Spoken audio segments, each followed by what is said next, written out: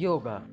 The word yoga was derived from the Sanskrit word yuj, which means to join or to unite. This union is not merely about your nose touching your knees as you bend to touch your toe. The union referred to integrate with your surrounding and nature, and finally, your individual consciousness to universal consciousness. We can understand more about this once we understand how the practice of yoga came about. When did it start and by whom? Let us dive into the history of yoga.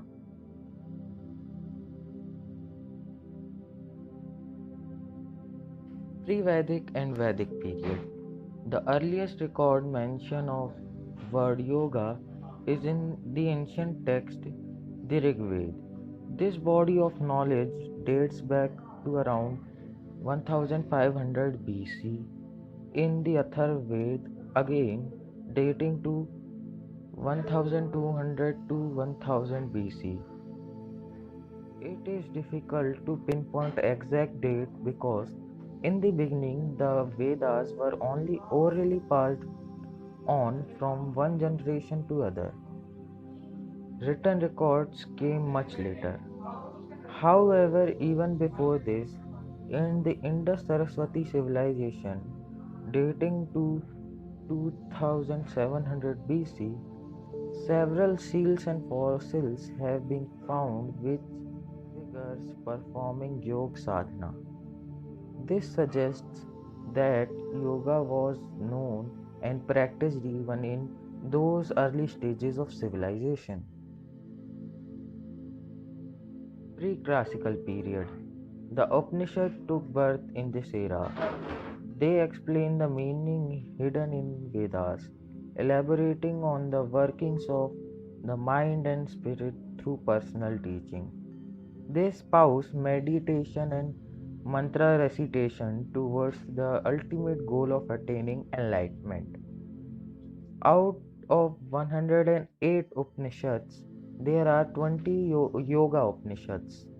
These talk about different yogic techniques like pranayama, pratyarana, breathing exercise, sun meditation.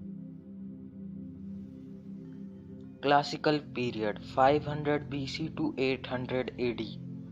Lord Mahavira and Lord Buddha's teaching formed the early basis for yoga sadhana. While Lord Mahavira spoke to attain salvation and freedom through meditation, Lord Buddha spoke of specific postures and meditation to attain enlightenment. The Bhagavad Gita also came into existence in this period.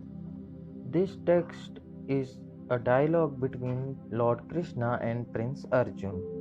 Here, the Lord explains the concept of Dharma, Karma Yoga, Bhakti Yoga, and Jnana Yoga. In Bhagavad Gita, Lord Krishna says, equanimity in mind is a sign of yoga. Yoga is that ability to remain centered in adverse situations. Some verses of the Mahabharata dating to 300 to 200 BC also mention terms described by sage Patanjali such as Vichara and Viveka.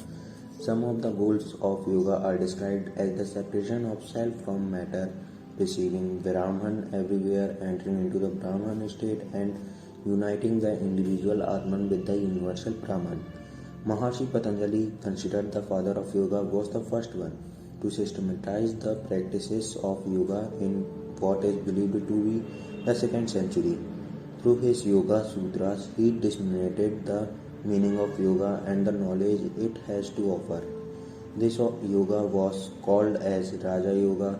He formulated the Ashtanga Yoga of the 8 limbs of yoga, which include yamas, niyamas, asanas, pranayama, pratyahara, dharana, dhyan, and samadhi. Elements of Patanjali's Yoga Sutras were used as part of the finger movement in Nata dances. These were later incorporated in martial art. Commentaries on the Yoga Sutras by Veda Vyas were also written at this time. Here he has explained the relationship between the Yoga school of philosophy and the Samakya philosophy, one of the six systems of Indian philosophy. This period emphasized the importance of mind in yoga. Post-classical period. In this era, many sages and philosophers such as Adi Shankaracharya contributed to the development of yoga, adopting and building upon the teachings and techniques of period.